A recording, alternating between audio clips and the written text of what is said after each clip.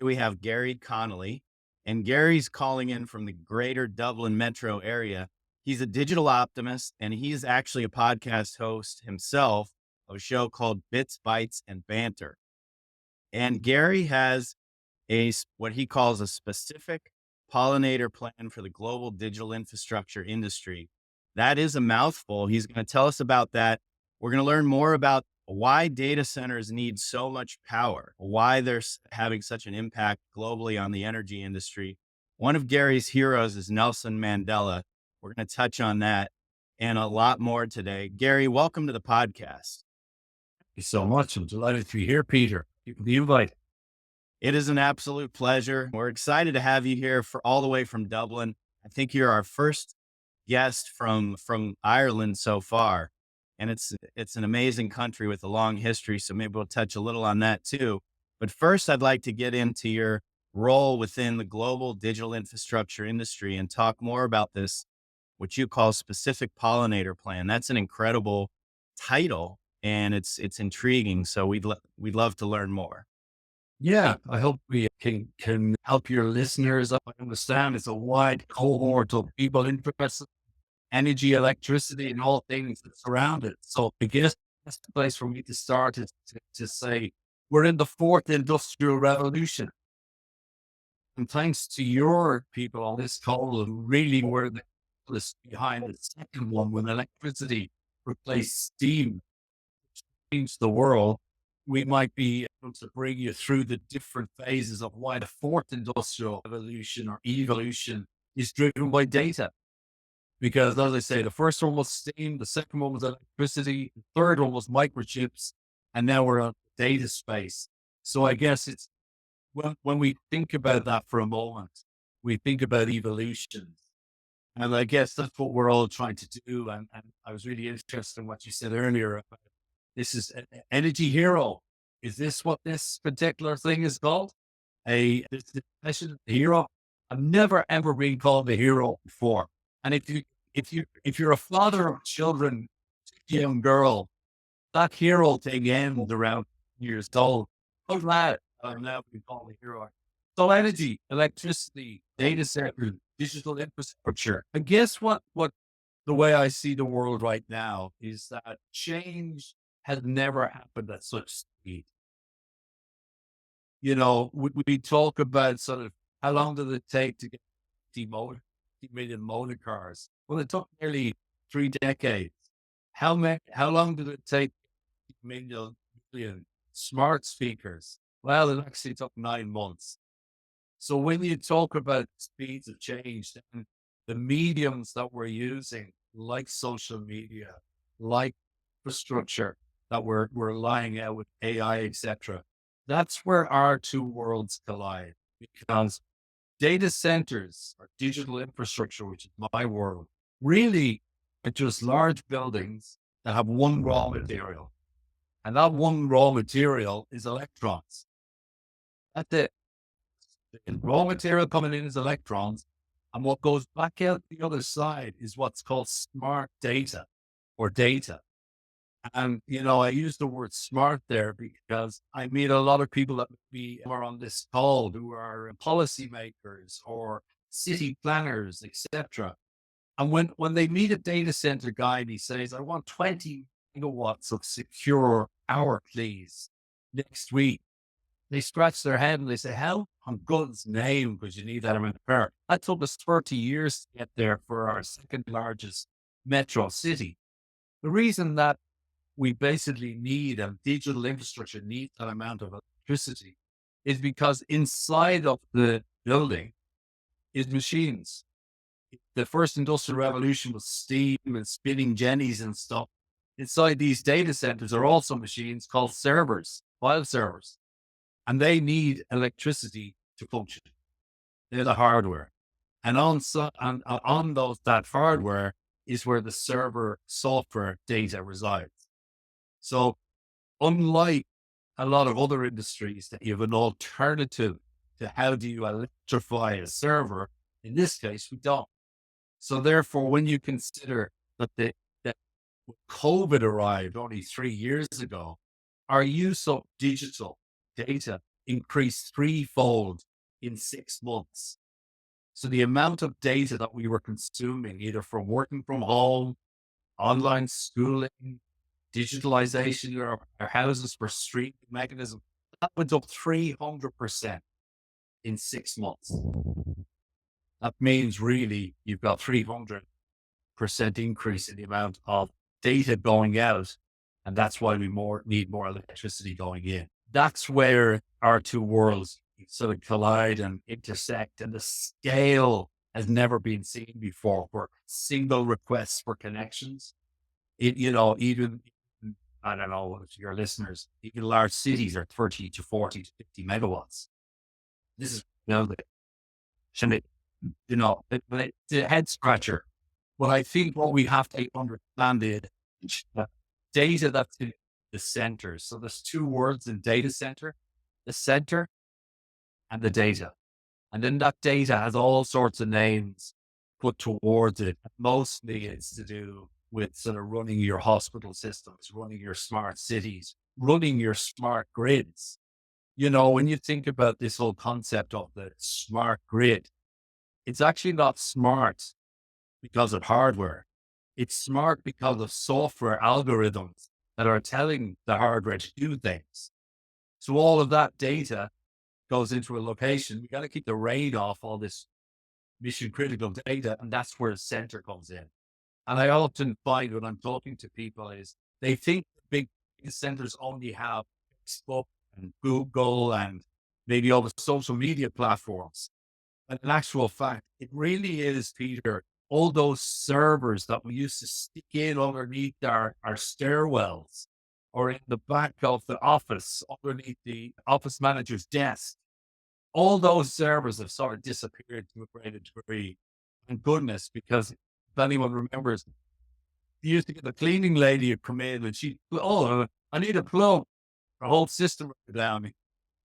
So effectively, when you think about 2023, you think about sort of the world we're in and the challenges we have. The two massive mega trends that I come across, and many of your listeners will be the same, is decarbonization of everything.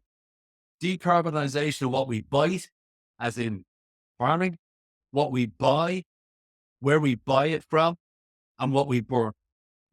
The three Bs. It's not really overly sophisticated. And where we then see the how we gonna do all those things, how are we gonna make them more efficient? I would challenge anyone on the call to tell me they can do that without a screen or multiple screens or thousands of screens or Internet of Things and all these other things. And all of those things that were then needed to decarbonize are digital. So that's why you see this massive other mega trend called digitalization.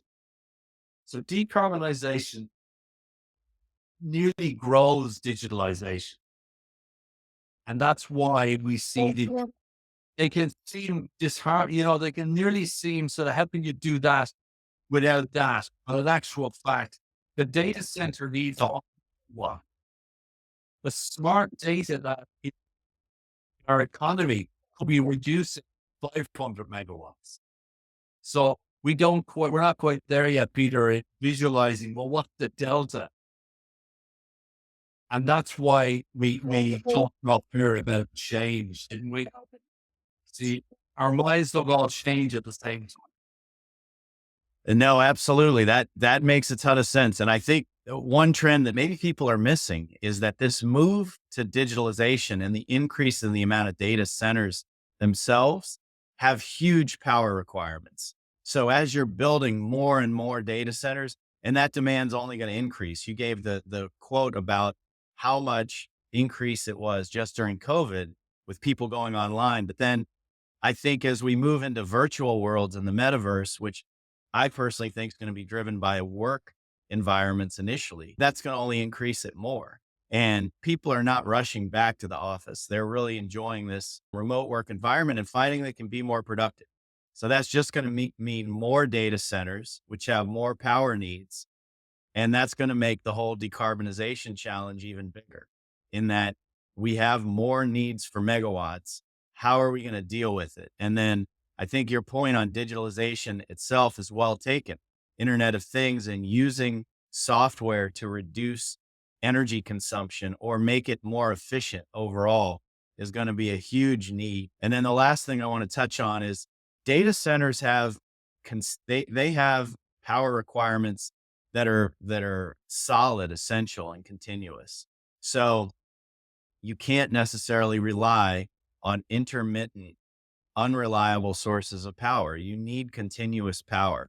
So how are we going to get decarbonized power that's reliable?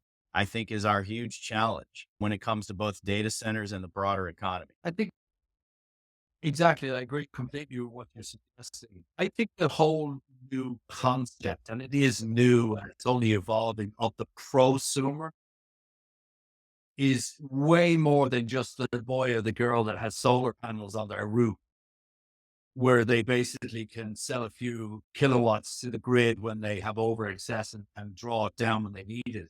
This is where large energy users like data centers, if I take Ireland as an example, they basically have all a UPS, which is a BESS, and on-site generation to give them the 7 by 24. So what we're now starting to see as industries, remember data centers as an asset class are only here 15 years, 15, 1 5. And yet they've become the most critical asset. There had never been such a critical asset so quickly since electricity as a utility. And that's how we should start to think of data. It's a utility in the same way as water, in the same way as other utilities that we've had in the past. So if we can turn and listen, when people are designing something the first time, they're so risk averse. They want to build islands around them. And even the data center people, they want it to sound so sophisticated, they don't want anyone to touch it, right? Now, as we go to the second and third wave, accelerate, new technologies are much quicker to be deployed. We're now seeing data center people say, "Oh, you know what? 70+% of our operating expenses is electricity. Is there any way that we could?" And even if you're a multi-trillion company, 70% is 70%. And if you can reduce that price or offset that price or hedge that price by being a prosumer, then it matters. So not only are you reducing your OpEx, you're providing backup utility best with your UPSs, so that now you're starting to see nearly most modern data centers have a interactive UPS that acts like a BESS. Brilliant. Fantastic. You have on-site generation that traditionally would have been diesel generators, which are now running off cooking oil. Fantastic. Wonderful. So now what we're starting to see is this confluence of people aren't as scared to explore because they know it works. Whereas at the start, before they prove the concept, they're not sure that they can even trust themselves. Now we're starting to see, oh, what does a modern grid need? Well, a modern grid with variable sources like wind, like solar, need the constant supply. It also needs an iron, as somebody calls it, an iron like batteries. Well, data centers need that consistent power, a base load, 24/7. They have on-site generation now because they have to for their service level agreements that are sitting mostly in the corner 99% of the year. And they also now have their ways of, with the data, actually distributing load. You know how hard it is to distribute electrons. It's not so hard to do it with photons, which is data. So now what we're starting to see is, oh, the data center in Phoenix is actually got an excess of power. Let's bring some of the work, push some of the workloads down there. Yeah. Put some of the workloads down servers. And so you're actually starting to see that smart distribution of follow the sun or follow the wind or follow the solar. And you know how hard it is. People on this call know better than I do to move electrons around. It requires a lot of heavy gridiron substations and all. Great thing about data is it just needs a load of fiber. No, absolutely. Tell me about the pollinator part. So specific pollinator plan. When I hear pollinator, I think of bees. Yeah. Tell us more about that. So in isolation, I can't jump into the pollinators without sort of overarching. Why did we arrive at sort of doing what we did for the pollinators? Well, 10 years ago, when I was working at an airnet, I had a bet with some of my competitors that I couldn't get them all to come together because I was on this non-compete, right?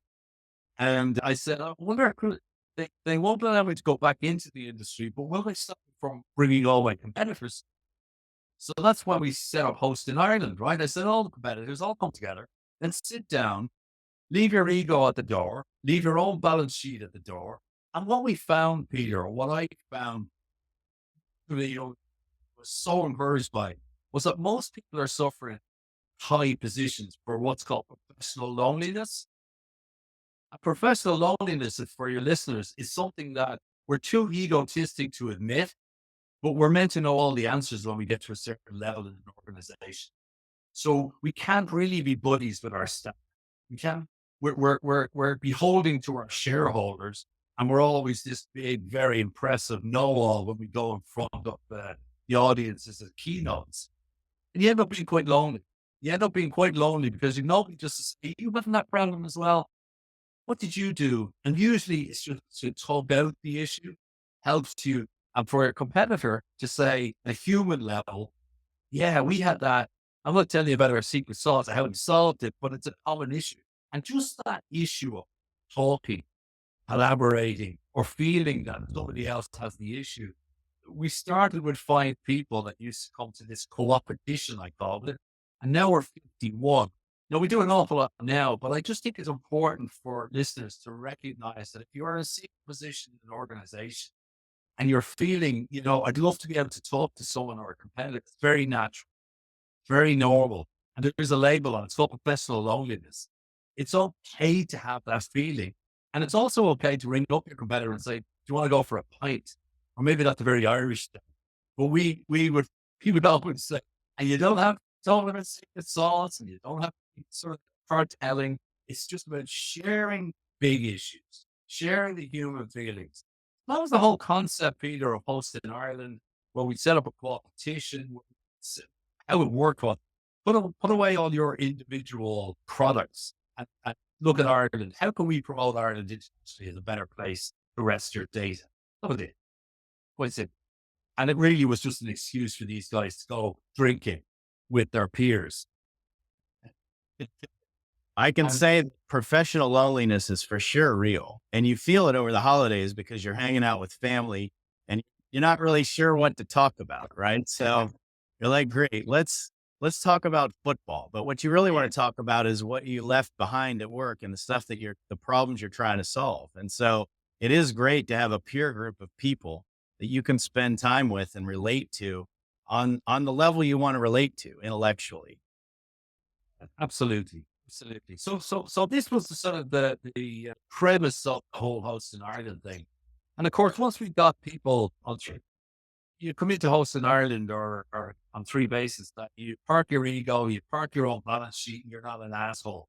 And if you pass those 3 and prepared to rock up, then what we found was people were prepared to explore and find activities of common interest, something that they was outside even of their own sort of bits and bytes and electrons and photons and protons and all that. And what we found was at the time that we needed something tangible. The world is full of Armageddon around climate change. It's real. It's happening. You're in Florida. I'm absolutely sure. My daughter told me actually recently, she said, that there's a real chance within the next 150 years that we'll read about Florida in history books, not geography books. And really had to be sea change rising. And she said, we'll only talk about it, what it was. So there you go. It's everywhere. And Yeah, there's definitely some low-lying areas in Florida. I can tell you that in the city of Miami, they put in is about a $400 million pumping station in order to keep the tide out from coming up through the limestone during the season we have called king tide.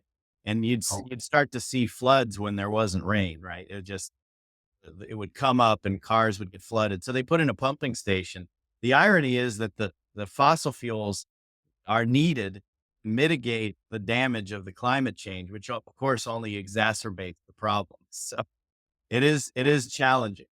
we're definitely in an era right now. We got to weigh up the delta between doing this to achieve that. What's the delta? But no, don't be afraid that there is a delta. It's like, I'm not sure about North America right now, but in Ireland, for instance, the motor car that's sold the most is the hybrid motor car. It's a hybrid. It gives you 100 in electricity and it gives you so much. And it's just psychologically much better for particularly people who may have fear of being caught out for range anxiety and all these.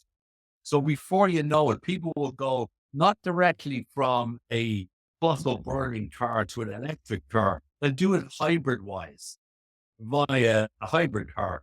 And I guess for all of us, we just hope a hybrid period, which is now, but we're going through, won't be long enough that we won't be able to fix what we're creating in years. Getting back to the pollinators. So it's so vast, so great. And these guys are all talking about what can we do. And we all just agreed that we all could relate to a bee. It's tangible. It's a bee. We all see them everywhere. We read, all of us have kids, read every story, still on this. And we basically got to the stage where we looked at in Ireland, 50% of all of our bees, extinction within 100 years. And it's mainly due to pesticides, pathogens, human behavior, effectively. And we just got ourselves aligned, each company, 52 companies, the digital infrastructure, working with the National Pollinator Plan, government agency here, and said, let's specifically draw one up for the digital infrastructure space. Because a lot of your listeners would know, you go for a data center campus, there's an awful lot of land around it. You know, just leave it, rewild it, put bees on it, put windflowers on it. And actually, what we found it did was we also have what would you call the digital infrastructure data centers group? We don't have the best relationship with communities because they don't understand what digital infrastructure data centers do. So what we actually did was then we brought all the community groups together and said, okay, we're going to plant 5,500 orchards in every one of your communities. And suddenly, because we humanized the relationship, it helped with people saying, oh, so you don't have horns, you data center people. You actually are normal blokes and normal girls and stuff. So what it did was it's helping bees, of course, and pollinators and all that sort of stuff. But you know what, Peter? When I think about it more, helping us, it's helping us as a community to have a project of common purpose that is outdoor, which is extending out to communities, and then has the dividend that it also is helping the biodiversity decline in Ireland. We expanded it internationally then for rolled out these different stays. And the feedback that we always get is, Jesus, a shovel, ground, an orchard, few little seeds. It's amazing if you're digging a hole with a competitor and you both plant the same tree together, how much you actually get by effects of common purpose. And it's way more than the action. It's more to do with sort of the good feeling of working together and achieving stuff. And it needed tangible because I think we all are suffering a bit from the climate crisis. It's just so big. And what can we do? Whereas this is something we can do. It's tangible. It's the dividend to it, Peter. So I'd like to think there was a master plan, but like a lot of these things we spoke about earlier, get a group of boys and girls that can just set aside their ego for a while and actually just be human. And you know what? This is what we should do. And if we fail, so what? We tried. But at least we had the right intention, right thing. But the dividend always is get to know each other. That makes so much sense. I mean, I think the mentality has to be pro-human in that we are advancing and we're doing the right things. And instead of beating ourselves up that, oh, we're ruining the planet, we're actually in a lot of ways making the planet better. And let's just keep making it better and better and be pro human from the standpoint of we're building this incredible digital infrastructure. And you guys are looking at that and saying, hey, what can we do to make it even better for everybody, for communities? And I think that mentality can work in every industry of just do what we can do. That we don't have to know what no one person is going to be able to do everything. The people that are implementing solutions have to do what they can do. And if we all do what we can do together, it's going to make a difference. And so I think your analogy of bees is awesome because that's how bees work. And look at what they can accomplish. You're spot on. I mean, there's so many different layers of this that you can get interested in. And the other thing, which I suppose then feeds our human need, is that within a year, you get results. Within 1 year, you get a field full of amazing flowers. Within a year, you get an orchard. Within a year, you get, which let's be honest, we're humans, so most of us like to see outputs. And a lot of, there's a great saying going back is that you have a really good functioning society when all men are planting trees that they never sit under the shade of. You know, that's the psychology that we need to get ourselves to. Whereas a lot of us, unfortunately, are today either burdened with assets or stuff that we must keep doing that to repay. So we've got different issues driving us towards why we do what we do. And that can be a challenge because you get paid enough to do the worst thing you can, help you somewhere else. You've got major compromises. We were lucky, right? We're luckier than most. We were able to either collectively make a decision to do the right thing, the right time, for the right reason, without having to worry about sort of the negative consequence that they could only bother. Absolutely. And I think one of the big issues is investors have to get on board with this. And so you look at, say, I like to go back to history and you look at what the Medicis did, for example. At the time, the church was the great community organizing center, if you will, and they built amazing buildings and infrastructure. And they were bankers. So they were making money, but at the same time, they were reaching out to the community. And we're still talking about them today. So if we can get bankers and investors, and we've got a lot that listen to this, thinking in terms of, okay, how can we also impact the community and still make, when I think your example with the data centers is perfect.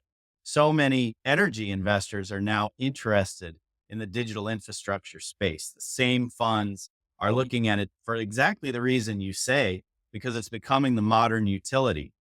But what it's a big building. So you hit the nail on the head.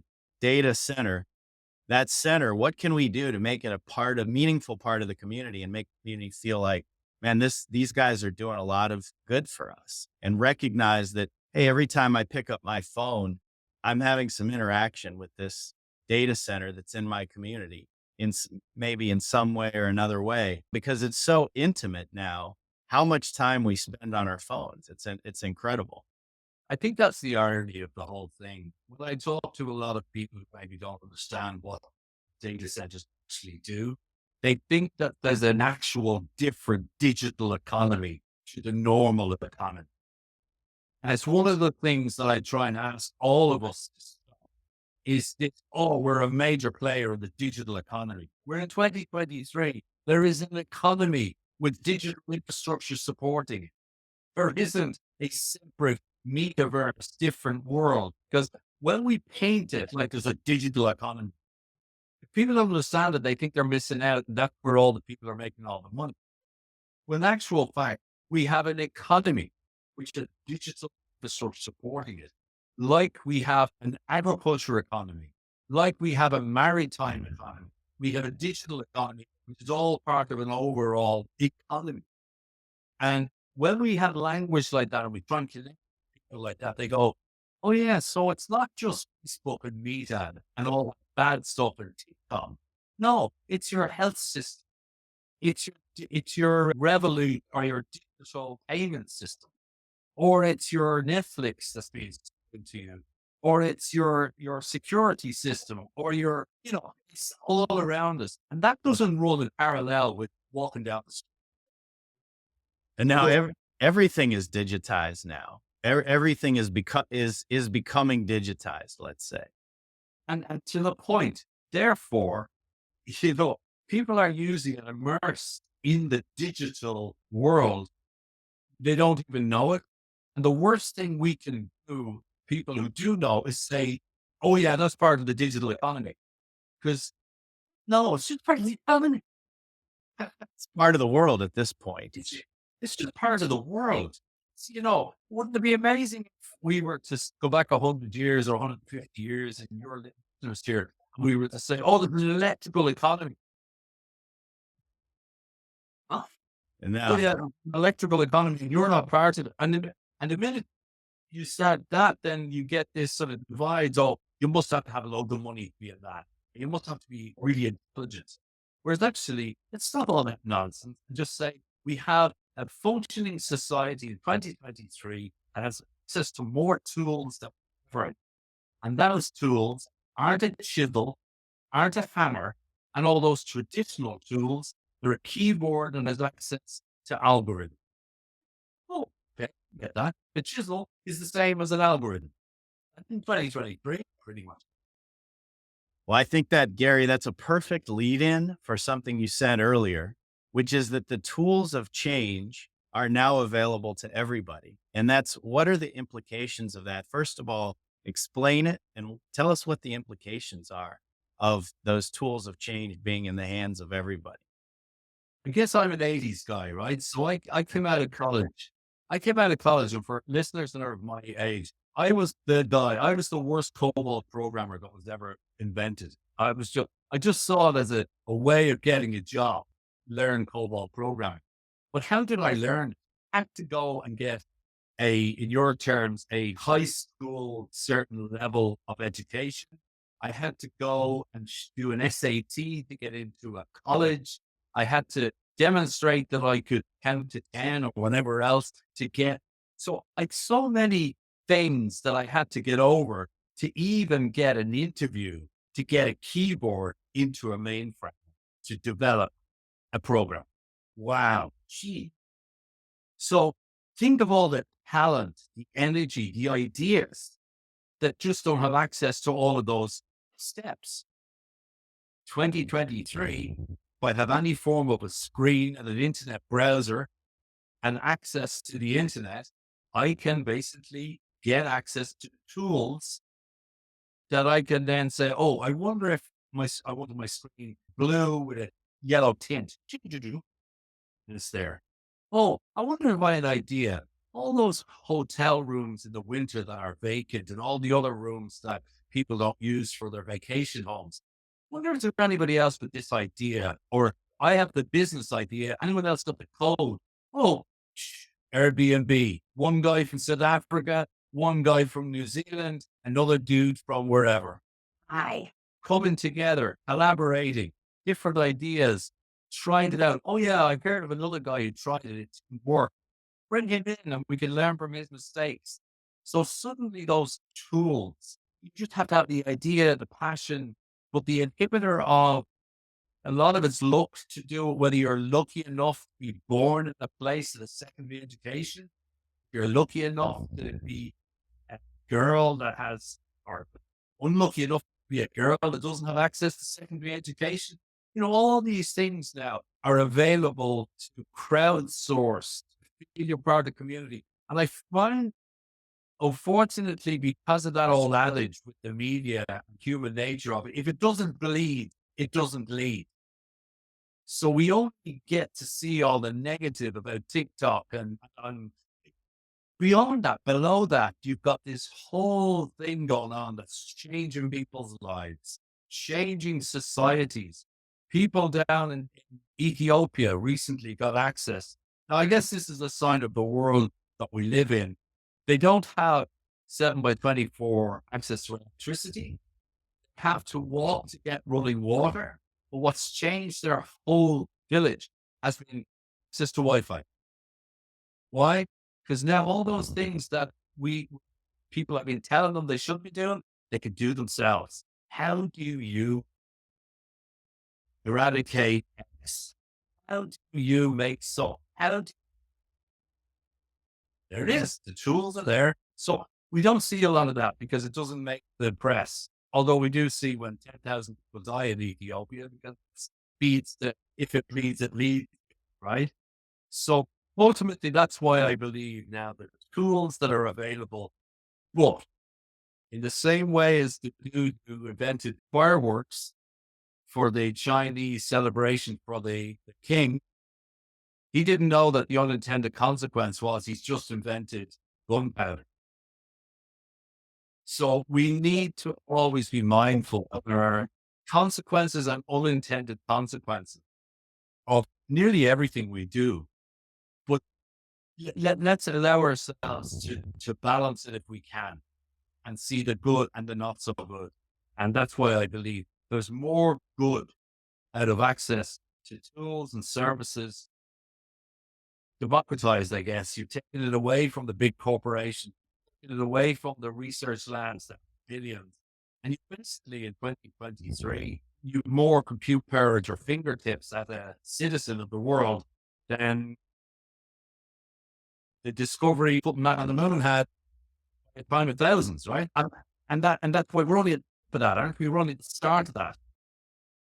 Yeah, I couldn't agree more. It's amazing, and then just the people that we've had come to us on this show, and it's a small show that it's so say media. I think that's another area where the tools of change are in the hands of so many people because now anybody can become a podcast host, and it's the long tail of covering these topics that would never make it into the mainstream media. So you've got these balancing forces. You have the big media companies whose business model is advertising, so they have to do if it bleeds, it leads because it gets more viewers, right? So they're in competition with each other. And then you've got these probably millions of podcasts at this point that are covering everything else and trying to be positive. So which one's going to win? Is it going to be the bees or, is it going to be the lion? I don't know, but it's anybody's Choice guess. is I'm there. an optimist for sure.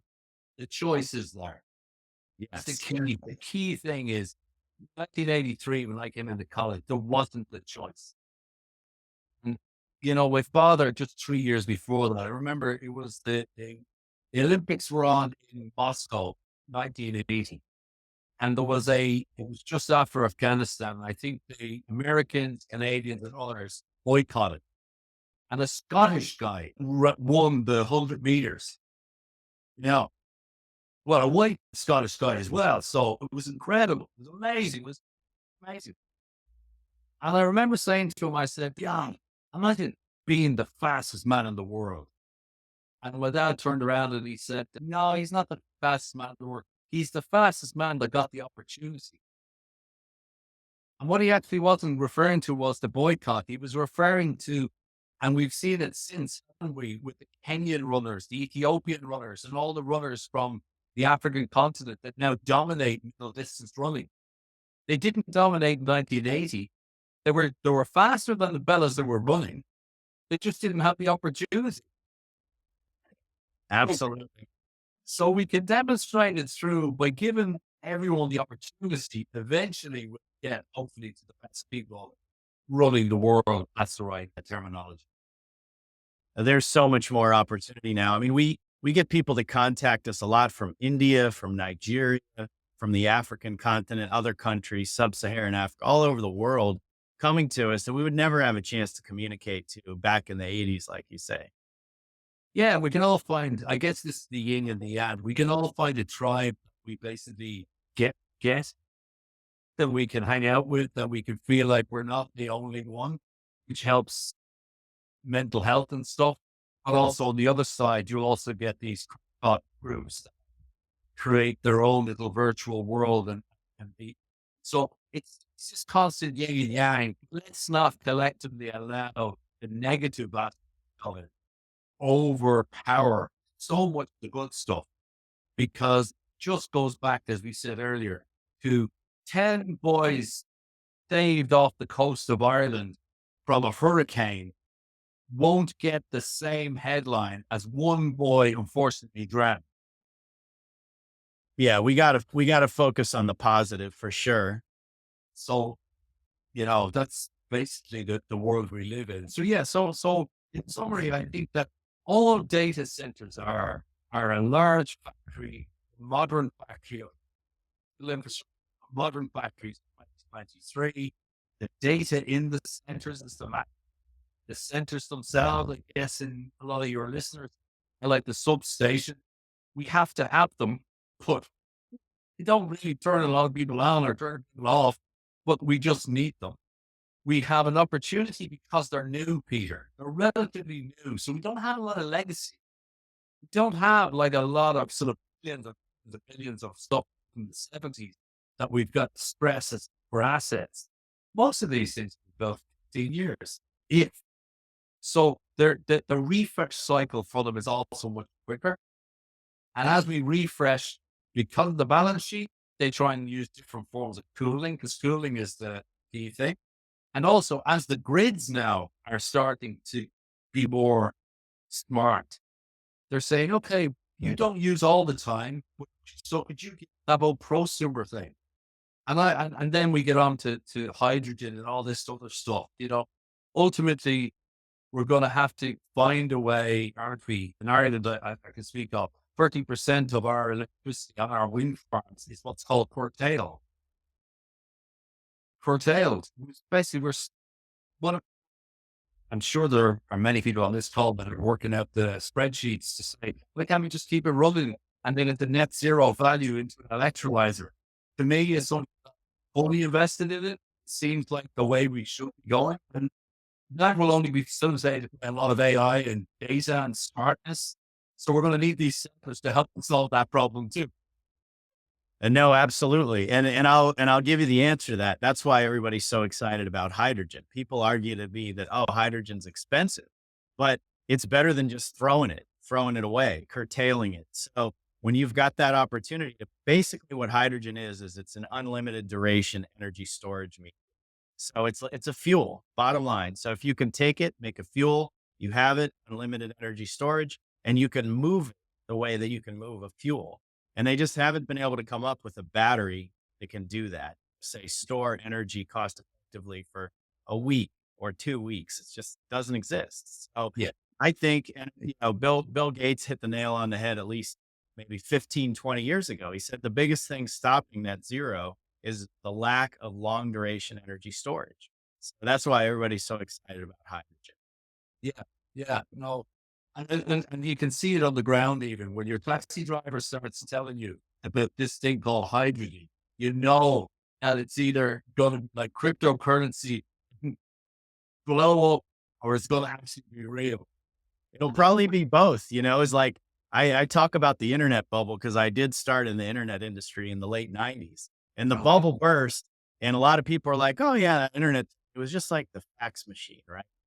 The best time to invest in the internet was right after the bubble burst. The companies that were left, if you put your money in Amazon, you did very well, let's say. So it'll Yeah. probably be both. There'll always be bubbles, but I think the trend is real. Yeah. Human nature. What are we? We're 40,000, 4 million, whatever years on this earth. And never has it been so easy to make a few quid and lose a few quid. Our human nature is still, oh, I want the short term. I want short termism. It don't, Haven't figured out a way to get rid of greed and fear. It's still there. It's still the driving force. there you go. I need to bring you along to all my talks because I can talk for 5 minutes and you can summarize it in 2 words. I like your Ah, style. I live. I need one of you. well, we need each other, Garrett, because I'm not much of a presenter, but I love to ask questions and summarize. That's my style. Yeah. So I guess that's, there's a lot of talk about change and a lot of technologies that will or will not work. And they're right. Some will and some won't. Luck comes into it, doesn't it? bit of luck comes into it. I won't call the Ukrainian war luck because it's horrendous. It's the most horrendous thing I've ever lived through to see it in real time. But, it happened. I can't stop it. You can stop it. And the change in psychology, the change in mentality around electricity, generating energy, distribution of energy, more has happened. We go back to our Nelson Mandela quote, everything's impossible till it's not. 11 months ago, if you had told people on this call that X amount was not coming from Russia by today, possible. Never. Guess what? It is. And necessity drives change. And so I agree with you on the Ukraine war. Is as awful as it is, it's really pushing the move towards more sustainable energy infrastructure, particularly for Europe. Oh, without question. And it's not just an energy thing. It's a societal thing now, because if we have to change, then let's change that way. Whereas sometimes back in the day, yeah, we have to change. Let's just do what we've always done because it was the easiest thing to do. You need to now, and I'm seeing it with my children and that. If I tell them ever that's the way we've always done it, that's nearly a catalyst for them to say, well, I'm not going to do it that way. So there must be a better way. You mentioned the kids, and I hear it again and again and again. We've got to teach the next generation about how energy works, about how data centers work, and I think it's a hugely needed area of and let's call it energy and environment education. It has to be a different type of education that, of course, that you need engineers, but you also need smart policymakers and smart business people that take a more holistic approach. And so your pollinator plan, I think, is that kind of thing, right? Where you're looking at a data center and saying, how can we make this great for the community? And if everybody can think that way about what they're doing, I think it's a game changer. Yeah, I agree with you 100%. Making it tangible because it can be difficult to imagine something that will only have effect in 40 years or 30 years. And we can talk all we want about creating a better future for our grandchildren and stuff. And that is great and wonderful. And yet we still then go out and buy the latest Samsung device and the latest iPhone. It's total of the yin and yang. But once the delta is getting better towards doing the right thing, then our behavior will change from our desire to change and our force from our kids. My kids are changing my behavior. No question about it. Just no question. And some of the things I do now are directly related to, oh God, couldn't place me 14-year-old by telling her I did that. So we're getting a train. We get in a train and I'm going to tell her I got a train.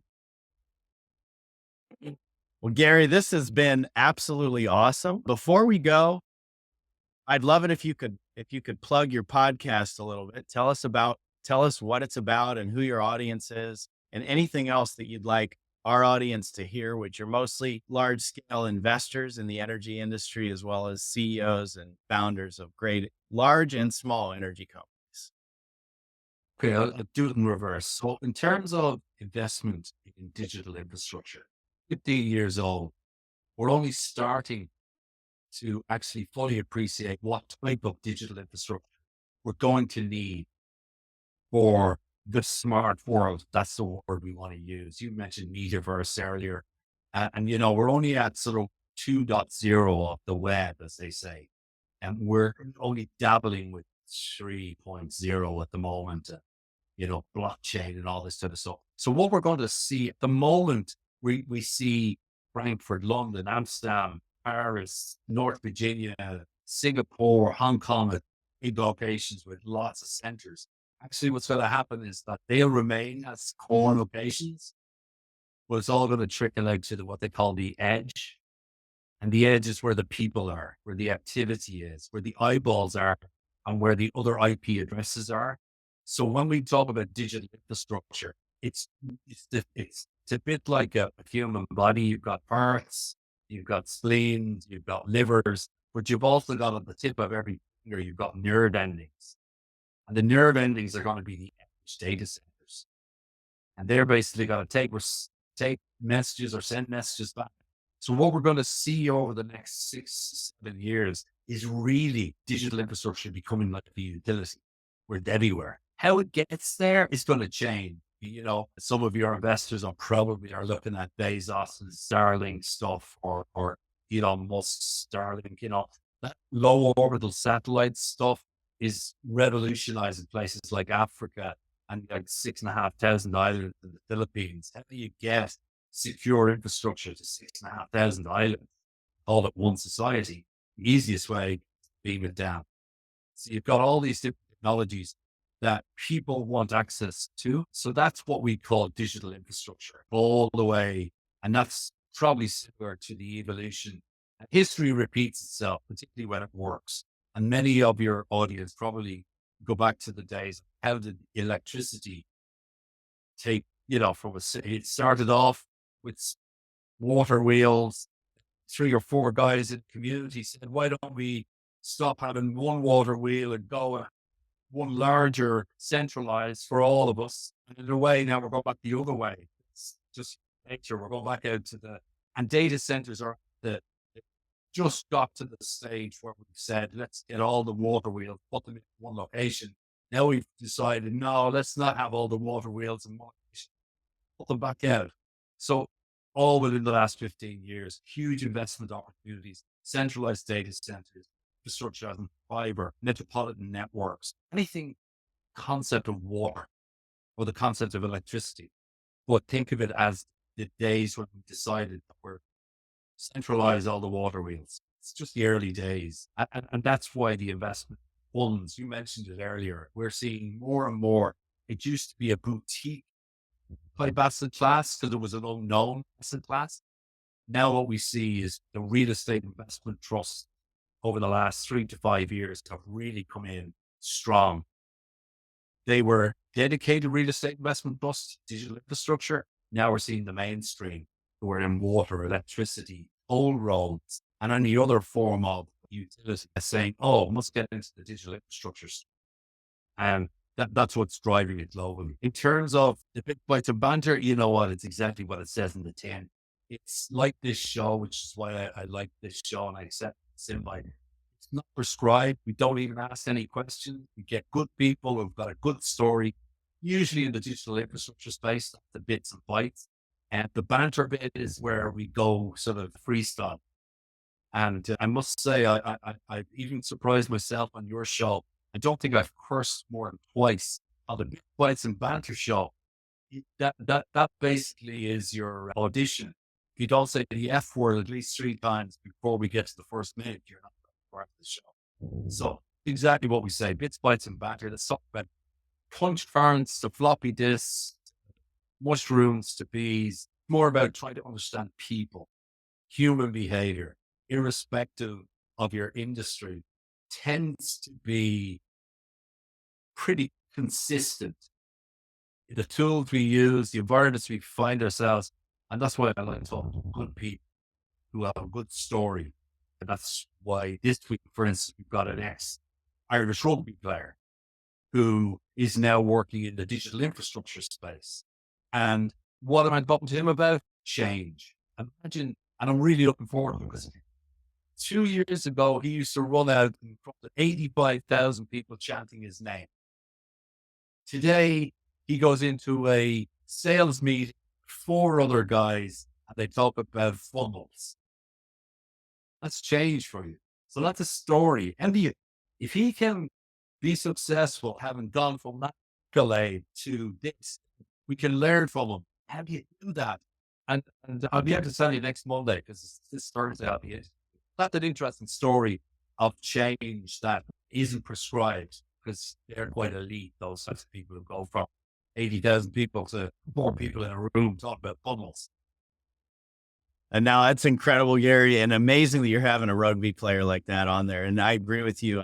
I played a little college football myself, and it is an experience to run out to all those people cheering for you. Can't even imagine 85,000. I think maybe the biggest I ever had was about 15,000. But man, that's unbelievable. The rush, and it's obviously your careers in those professions are so short. And I guess there are a finite number.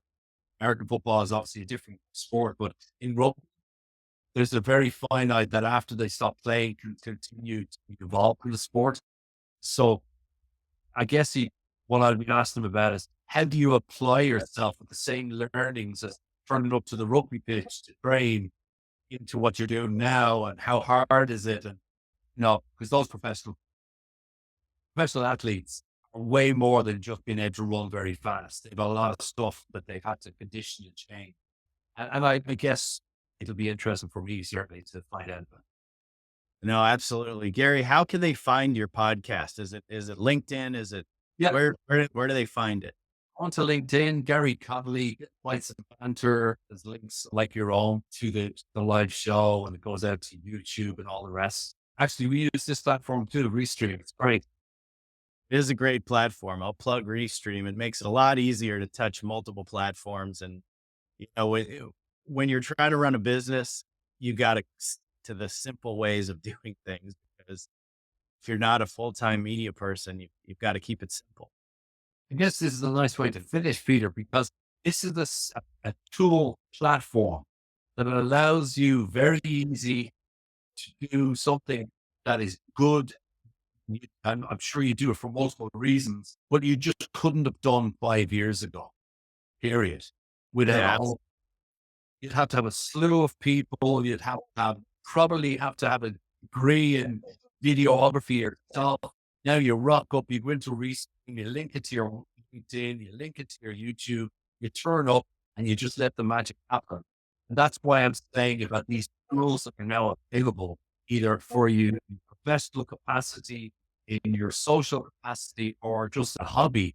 It's great. It's just wonderful. This is up the digital infrastructure we've been talking about allows you to do. It is amazing. And I'll also plug an app called Descript we use, which your point about video editing, Descript just takes the whole transcription and lets you edit it like text, like a Word doc. So you don't even have to have video editing capability anymore, which is it's pretty amazing. That was a big barrier for us and our team in doing this, because we're investment bankers, right? So we're not experts in this, but we're out there trying to talk to cool people and have fun with it. It's a bit like, for what it's worth, I was a terrible COBOL programmer. Now, when I say terrible, really, really worse ever.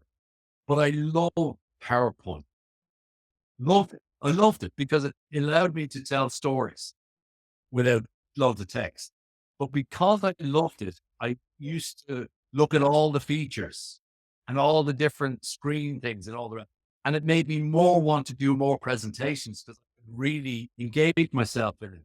It's a bit like great programmers that are also then leaders of businesses. They know the capabilities of the programming tools. And that's why you get magic, because they question, well, what if we were to twist that algorithm with this algorithm?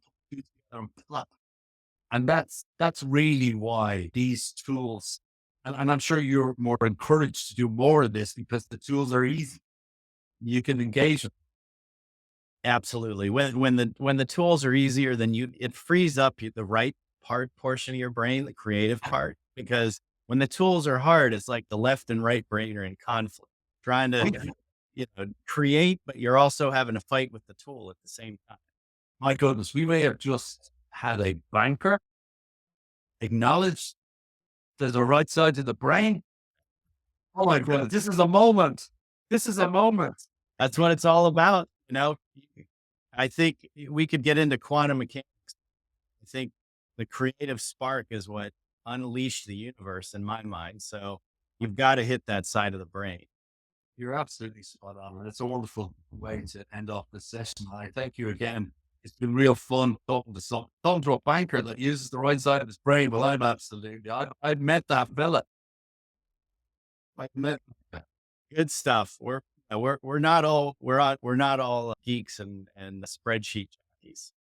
You see, this again goes back to what I was saying earlier about put your ego and your balance sheet and your conditioning on the shelf. Come into a room, find things of common interest, and it's just amazing the amount of common interest when we take off our labels, and then we sort of, whether you played American football and I played soccer and another dude played rugby, within a half an hour, we'll be able to talk about parallels, opportunities, and stresses. And none of us like training, but we loved when we run out in front of 15,000 people. And suddenly then we feel, oh, hey, might be a banker, but he's okay. Not a bad guy, right? Gary, this has been awesome. Right. Garry Connolly, thank you for being on Energy Superheroes, and you're certainly making a difference in the world of digital infrastructure. Thank you so much, Peter. Best of luck.